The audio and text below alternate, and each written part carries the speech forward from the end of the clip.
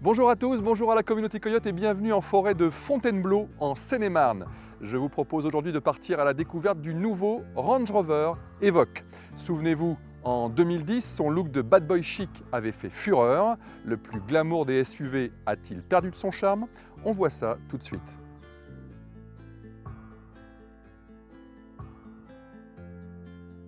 Il ne vous échappera pas que les stylistes britanniques n'ont pas pris grand risque avec cette seconde génération. Toujours aussi élégant, l'Evoque conserve sa ceinture de caisse au perché et ses faibles surfaces vitrées. Il s'est juste un peu vélarisé. Comprenez qu'il a repris certains codes de son grand frère, comme les poignées de porte escamotables ou le bandeau laqué noir reliant les feux. Enfin, fini les versions 3 portes et cabriolet, l'anglais n'est désormais disponible qu'en carrosserie 5 portes.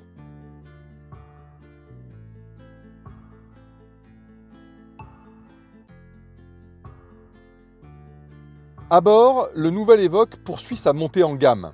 Dans un gabarit similaire à celui de son prédécesseur, il propose un aménagement intérieur beaucoup plus valorisant, avec pas moins de 3 dalles numériques, dont 2 écrans tactiles.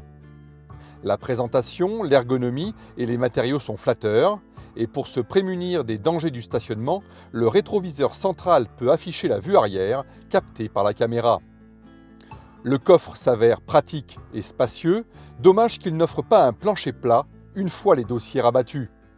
À l'arrière, enfin, l'habitabilité est dans la bonne moyenne, mais la place centrale est toujours à éviter.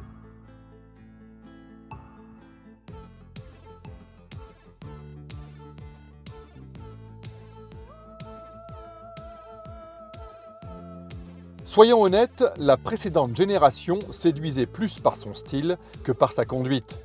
Le constructeur britannique a pour partie retenu la leçon. Comportement serein, puissance avérée de ce 4 cylindres turbo-diesel, boîte automatique à 9 rapports, modèle de douceur, insonorisation soignée et confort préservé en dépit des jantes de 20 pouces, le nouvel Evoque respire le premium à plein poumon. En vrai range, il peut même s'aventurer sur les sentiers escarpés grâce à sa garde au sol de 21 cm et sa transmission 4x4 à 5 modes. Fin du fin, le système de caméra renvoie l'image du sol sous la voiture pour éviter d'abîmer le châssis. La vraie déception vient du poids de l'engin qui altère son agilité et plombe ses consommations.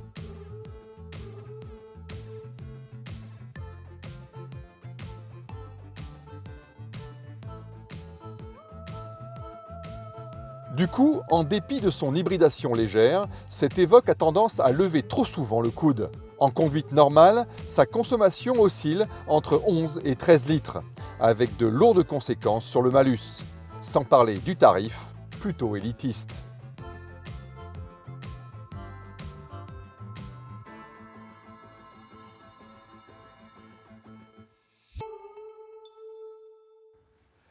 Ce nouvel Evoque a globalement tout pour plaire. Du style à l'extérieur, du charme à l'intérieur et du caractère à la conduite. Pour aspirer à davantage de sobriété, il lui faudrait une version hybride rechargeable. Elle sera justement disponible début 2020. À très bientôt sur la chaîne Coyote.